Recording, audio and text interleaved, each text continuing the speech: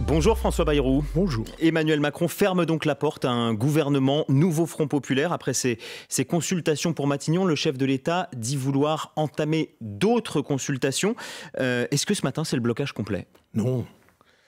Ça n'est pas le blocage complet, ça ne doit pas l'être, et donc ça ne le sera pas. La question, vous avez dit, le président de la République a fermé la porte. Non, c'est pas du tout ça. Le président de la République, dans son rôle... de gouvernement nouveau Front Populaire. Attendez, le président de la République, dans son rôle, c'est sa mission. Il est là, la Constitution dit qu'il est le garant du fonctionnement régulier des pouvoirs publics. Il est le garant de la démocratie. Il a, de bonne foi, consulté tous les partis politiques et les trois rassemblements principaux. Et il a constaté quelque chose d'extrêmement simple, qui était d'ailleurs dans les résultats du premier tour. Il n'y a pas de majorité. Ceux qui prétendent qu'il y a eu un vainqueur dans cette élection savent bien qu'ils disent n'importe quoi. Ce n'est pas vrai. Pourquoi ça n'est pas vrai? Parce que le bloc du nouveau Front Populaire qui revendique la victoire ne s'est pas présenté devant les électeurs comme le nouveau Front Populaire. Il s'est présenté devant les électeurs comme une partie, la moitié à peu près, de ceux qui disaient « nous ne voulons pas que l'extrême droite ait la majorité absolue ». Et c'est sur ça que s'est passée la campagne. Jamais on vous a dit, à aucun électeur français, « Madame Castex sera Premier ministre ». Jamais, ça s'écrit Castex, c'est comme c'est un nom béarnais, je le prononce à la béarnaise. Je suis sûr que c'était intentionnel, ça l'est manifestement. Mais je suis tout à fait prêt à bouger. Et donc, jamais on a eu le sentiment, ou jamais les Français n'ont été placés devant cette proposition-là. Il y avait un programme, ils arrivaient avec un programme. Non, ils ont eu un programme au premier tour, qui a été devancé très largement, comme on sait, et le nôtre aussi, par l'extrême droite. C'est l'extrême droite, c'est le Rassemblement national, qui est le premier parti à l'Assemblée nationale. Et donc, ça n'est pas sur le programme, ni du nouveau Front Populaire, ni du centre, que s'est constituée une majorité, que se sont exprimés des votes. C'était des votes qui disaient « la démocratie française ne peut pas être dominée par une majorité absolue d'extrême droite, d'ailleurs des extrêmes en général. » Et donc c'est ça le... Il y a donc vous venez de désigner le vainqueur, en fait. C'est le Front républicain, le vainqueur dans cette histoire. Oui. Et donc c'est le Front républicain qui doit gouverner. Eh bien, c'est exactement ce que le président de la République dit depuis le premier jour. Mais ça inclurait les Insoumis, le Front républicain, puisqu'ils ont fait partie de ça. Oui, mais ils ne peuvent... l'attitude, les violences au moins verbales, les provocations, ce que Jean-Luc Mélenchon appelle la conflictualisation de tous les sujets, ça n'est pas compatible avec le fonctionnement régulier des pouvoirs publics. Et donc, c'est ça le principal obstacle à leur présence? Non, le principal obstacle, c'est leur programme. Si vous ou aucun de ceux qui nous écoutent comme auditeurs et lecteurs lit le programme, je prends des exemples très simples. La fin de toute régulation de l'immigration. Enfin, ce n'est pas ce qui avait été dit initialement. Au départ, c'était les Insoumis. Après, c'est devenu le programme. Non. Si vous reprenez, excusez-moi, mes déclarations... Les vôtres, sans doute. Les miennes, comme je suis à peu près comptable que des miennes... Vous avez des alliés. Et je ne souhaite pas l'être de quelqu'un d'autre. La fin de tous les textes qui ont essayé de réguler l'immigration dans la grande inquiétude qui est celle des Français. La fin des textes qui ont été pris depuis 7 ans pour renforcer sur les questions de sécurité les moyens les forces de l'ordre. Un gendarme est mort ce matin, dans la nuit, et on a un certain nombre de textes qui ont été votés très largement. Et le programme annonce on va mettre un terme à ces textes. Le programme dit on va immédiatement remettre le droit du sol intégral, qui n'a jamais existé en France. Le droit du sol intégral... On a compris tout le programme. Non, laissez-moi finir en 2 phrases, je vous promets, pas plus. Le droit du sol intégral, qu'est-ce que ça veut dire? Ça veut dire que tout enfant qui naît sur le sol français est immédiatement français, déclaré français. Et donc ses parents ne sont plus expulsables. Donc vous n'avez plus aucune régulation en matière d'immigration et vous avez un désarmement en matière de sécurité jusqu'à remettre en cause, je suis maire et je sais ce que c'est à Pau, le réseau de vidéosurveillance. Tous les jours, sans exception, plus de 360 fois par an, la justice nous demande ces images-là. Et donc, on ne peut pas désarmer le pays, vous comprenez? Et ça n'est pas seulement une question d'étiquette, c'est pas une question de personnalité. Il y a des Français qui ont voté pour eux.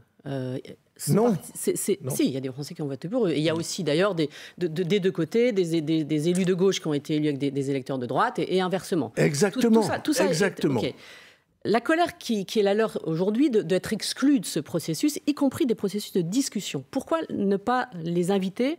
Et la question, je l'élargis au RN d'ailleurs. Pourquoi exclure du deuxième round de discussion les Insoumis, mais aussi le RN, qui a récolté 10 millions Parce qu'ils ont dit qu'ils n'iraient plus si le sujet n'était pas de leur donner le pouvoir. Ils n'y sont pas invités. Mais en tout cas, moi, je n'ai aucun problème, d'aucune sorte, à ce que toutes les forces politiques représentées au Parlement soient reçues dans une discussion générale.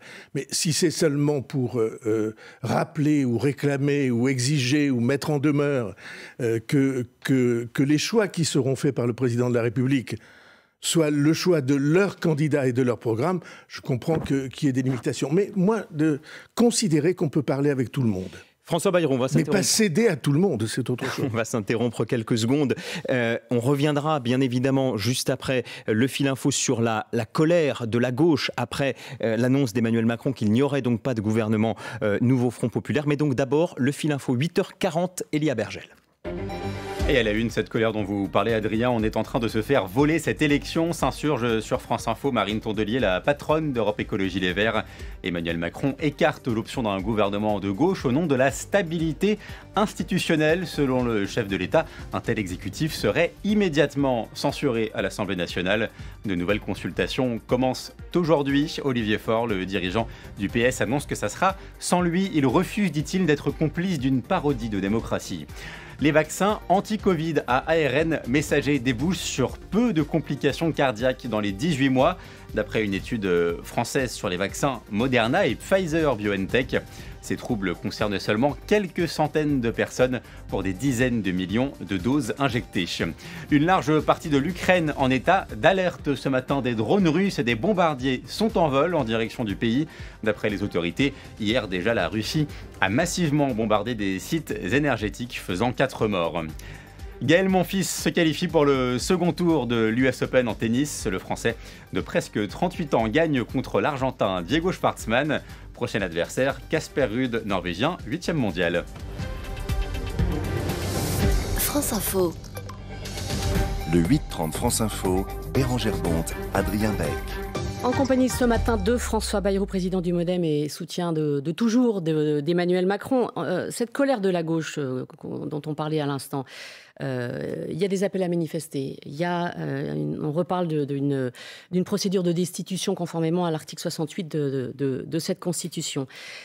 Quand Marine Tondelier parle de dérive illibérale, quand on entend crise démocratique, moi, je sais que vous êtes président du MoDem, j'ai du mal à imaginer que vous n'êtes pas quand même chagriné par ce processus et que la gauche n'a pas un peu raison quand même.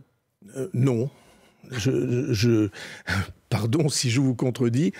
Non, je ne crois pas que tous ceux qui font semblant d'être heurtés par le constat d'une situation qui est vérifiable tous les jours, par vous, par tous les observateurs et par le président de la République.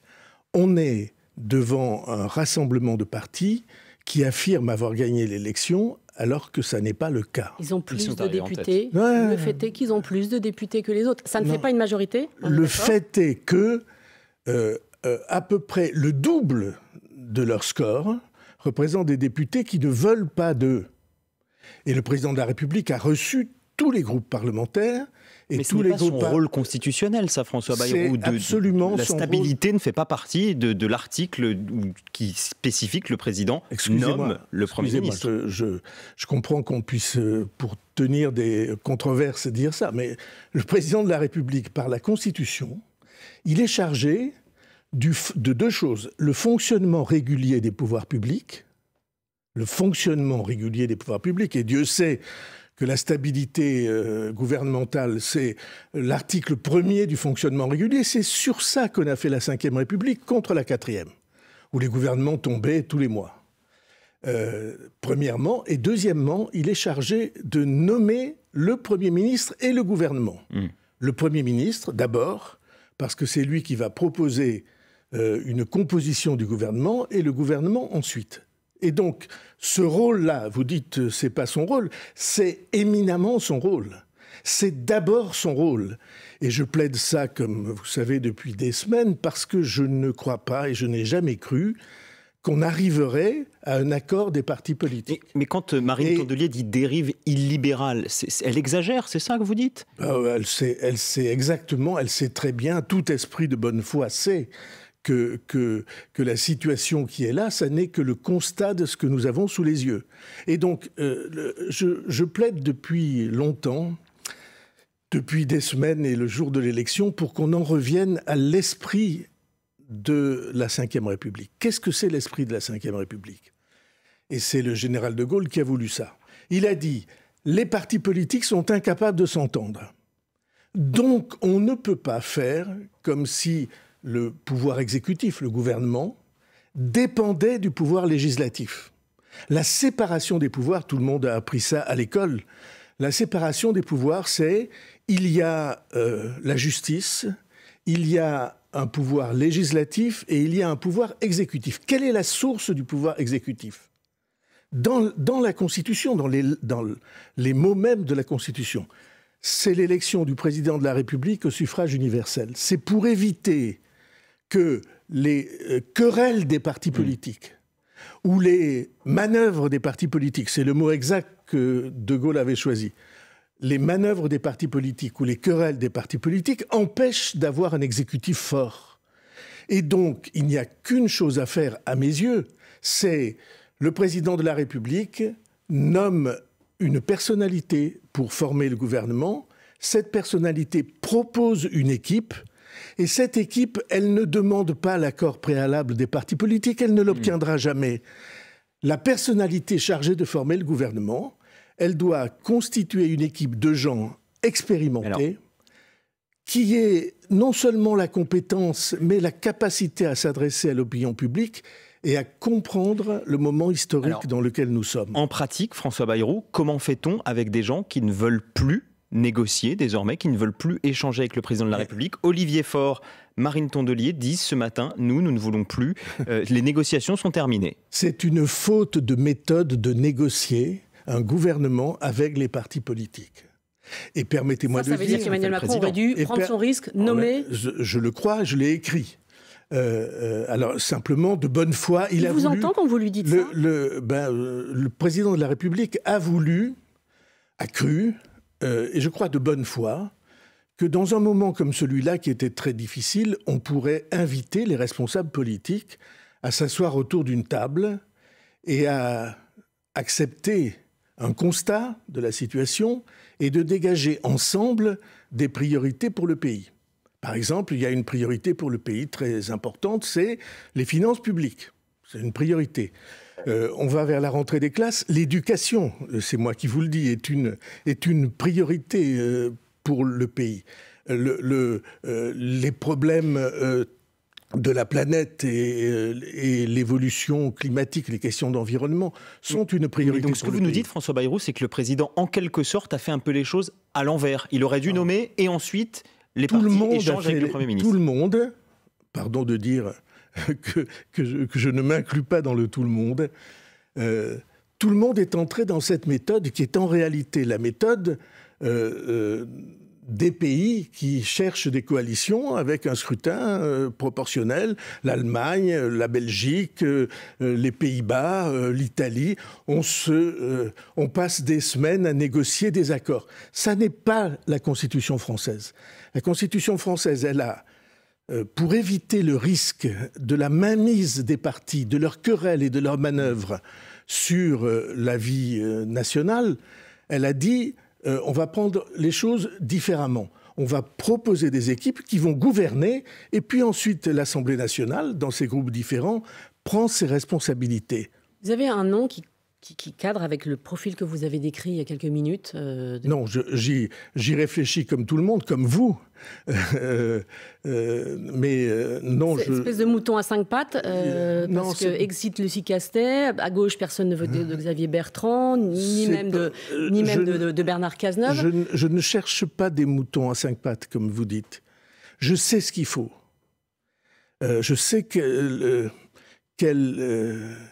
portrait robot est imposé par la situation. Pour moi, il faut quelqu'un d'expérience. Ça n'est pas une situation dans laquelle on peut improviser. Il faut des personnalités, femmes, hommes, qui soient capables de comprendre le moment, de s'adresser à l'opinion publique et de prendre des décisions, de faire bouger les choses et de rassembler des équipes. De faire qu'on sorte des querelles. Dieu sait que les gouvernements, des querelles de couloir, c'est épouvantable. Ça. Deuxièmement, il faut quelqu'un que les Français créditent de bonne foi. Créditent assez largement, parce que l'idéal n'existe pas. Il est difficile de plaire à tout le monde et à son père. Et il faut quelqu'un qui soit capable de discuter et de décider, y compris avec des gens qui ne sont pas de son avis ou de sa couleur politique. Car la conviction qui est la mienne, c'est que dans la situation où est le pays, il est impossible de faire camp contre camp ou parti contre parti. Si le président vous le propose, vous y allez, disons les choses clairement, François. Oui, je ne veux pas entrer dans cette discussion parce que ça voudrait dire que on se met dans une compétition de personnes. Et pour moi, ça n'est pas une compétition de personnes. Mais c'est une hypothèse qui pourrait exister. Il y a une question de méthode. Et c'est cette question de méthode que je plaide. Il y a beaucoup de personnalités de bonne foi. J'imagine que le président de la République a ça en tête quand il dit qu'il va les consulter. Il y a des présidents de la République, des personnalités qui ont exercé la fonction de président de la République. Il y a des personnalités qui ont exercé des fonctions de gouvernement importantes. Il y a des personnalités qui ont incarné des courants et des sensibilités politiques. À tout cela, il faut parler, prendre une décision, choisir une personnalité qui prend son risque et qui, devant les Français, décrit une démarche et une méthode. François Bayrou, vous restez bien sûr avec nous, invité du 8h30 France Info. On se retrouve juste après le fil info, 8h50, Elia Bergel. La démocratie ne signifie rien aux yeux du président. Les mots forts ce matin de Lucie Castet, la candidate du nouveau Front populaire pour Matignon. Emmanuel Macron l'écarte l'idée d'un gouvernement de gauche et continue les consultations aujourd'hui. Sans nous, dit ce matin Olivier Faure, le patron du PS. Le SOS des Nations Unies face à la montée des eaux dans le Pacifique. Depuis les Tonga, le dirigeant de l'ONU, Antonio Guterres, met en garde sur cette catastrophe qui met en péril ce paradis, dit-il. La plupart des habitants du Pacifique Sud résident proche des côtes. Une frappe israélienne sur un camp de réfugiés fait 5 morts en Cisjordanie occupée d'après un bilan donné par l'autorité palestinienne. Israël reconnaît le bombardement déjà au printemps dernier. 14 personnes sont décédées dans ce même camp lors d'une offensive de l'État hébreu. Plus qu'une petite journée avant le début des Jeux paralympiques de Paris, la cérémonie d'ouverture aura lieu demain soir entre les Champs-Élysées et la place de la Concorde. Plus de 3 heures de grand spectacle devant 75 000 personnes. France Info. Le 8h30 France Info, Bérangère Bonte, Adrien Beck. Et François Bayrou, président du MoDem, qui est là ce matin. Il se dit que vous plaidez à nouveau ces dernières semaines, François Bayrou, en faveur de l'instauration de la proportionnelle pour les prochains scrutins, comme un outil que pourrait finalement proposer Emmanuel Macron à ce nouveau Premier ministre. Est-ce que c'est le cas ? Et si oui, en quoi ça peut solutionner les choses ? Ça paraît très technique comme ça, mais c'est une il y a une vraie idée chose qui est assez, je ne sais pas s'il faut dire amusante, parce que peut-être elle est triste aussi, c'est quand on s'aperçoit que des idées qu'on propose depuis très longtemps sont des idées justes et que tout le monde regrette de ne pas les avoir choisies. Il se trouve que je plaide pour cette idée d'une loi électorale juste qui donne à chacun sa représentation et qui donc écarte la nécessité de faire des accords contre nature. Vous voyez bien qu'il y a des alliances. Vous prenez le nouveau Front populaire, c'est ça ? Qu'il y a des alliances, pas seulement, qu'il y a des alliances qui sont contre nature. Vous avez des gens qui ont dit pendant des années « Jamais je n'aurai rien à voir avec lui ou avec elle ». Et puis qui, après, plongent et tombent de ce côté-là. C'est vrai à gauche, c'est vrai à l'extrême droite. Donc, pourquoi ? Parce que nous avons une loi électorale dont la seule question est qu'il faut être au deuxième tour. Pour être au deuxième tour, eh bien, il faut s'allier même avec des gens avec qui on ne pense absolument pas la même chose. Vous avez eu Glucksmann, pendant la campagne des Européennes, qui a dit à tous les Français, à chacun d'entre nous, pour ça qu'il a fait des voix, il a dit « mais jamais plus avec Mélenchon ». Tout le monde a entendu ça. Et puis, le soir de la dissolution, il n'en a plus jamais parlé jusqu'après le deuxième tour. Ce que vous voulez dire, c'est qu'une une dose ou peut-être une proportionnelle intégrale libérerait précisément les socialistes pas les socialistes seulement. Les grands courants politiques du pays, les grands courants politiques du pays, il y en a 5 ou 6, ces grands courants politiques du pays ont le droit d'exister pour eux-mêmes et de défendre leurs idées et pas d'être prisonniers d'alliances qui les obligent à aller contre leurs convictions profondes. Et donc, oui, je pense que la proportionnelle, c'est d'ailleurs amusant parce que beaucoup de responsables politiques de premier plan qui se sont opposés à la proportionnelle dans les années et décennies précédentes, maintenant, viennent me voir et disent, au fond, tu avais raison. Emmanuel Macron s'y était engagé en 2017. Cette fois-ci, c'est vraiment sur la table. Macron s'y était engagé, François Hollande s'y était engagé, et on peut remonter dans le temps, il y a eu beaucoup d'engagements de cet ordre. C'est sur la table, ça ? Je pense que c'est une nécessité. Je pense que une des clés du déblocage de la situation politique, après qu'on aura eu un gouvernement, après qu'une personnalité aura été chargée de rassembler une équipe, une des clés de la situation politique, c'est le changement ou l'établissement d'un mode de scrutin qu'on a déjà eu en France, vous vous souvenez, dans les années 80, à l'initiative de François Mitterrand. C'est une des clés pour Et vous assumez du coup débloquer la situation. La même conséquence, c'est-à-dire que ça puisse profiter aussi au RN ? Ben bien sûr. Qui sont 126 aujourd'hui, avec un scrutin majoritaire qui pourrait être beaucoup plus. Non, pas beaucoup plus. Il se trouve, ils sont 150, quelque chose comme 126 ça. 126 aujourd'hui. Non, avec sans compter les voilà. Et donc, bon, ils ont fait un peu plus de 30% des voix. Ils ont droit à un peu plus du tiers des sièges. Et c'est la même chose pour chacune des forces politiques qui, du coup, se seraient présentées à son propre compte. Et ça évite les affrontements artificiels. Ça évite qu'on désigne l'autre comme l'ennemi absolu, qu'il faut abattre, déni de démocratie, enfin tous ces mots qu'on entend. Justement, François Bayrou, vous parlez d'une loi qui est, semble-t-il, assez consensuelle. Devenu consensuel. Un sujet qui va l'être un petit peu moins, ce sera le budget dans les prochaines semaines, avec un budget qu'il sera nécessaire d'adopter. Vous dites, voilà, il faut que tout le monde se parle, etc. Bon, parmi les mesures du nouveau Front populaire, est-ce qu'il y en a une que vous, François Bayrou, avec vos députés du MoDem, vous pourriez inclure, vous pourriez accepter de voir dans le budget ? Dans le budget, je ne sais pas, mais parce qu'il va falloir co-construire. Je pense qu'il y a une question qu'on peut poser de manière renouvelée, c'est la question des retraites.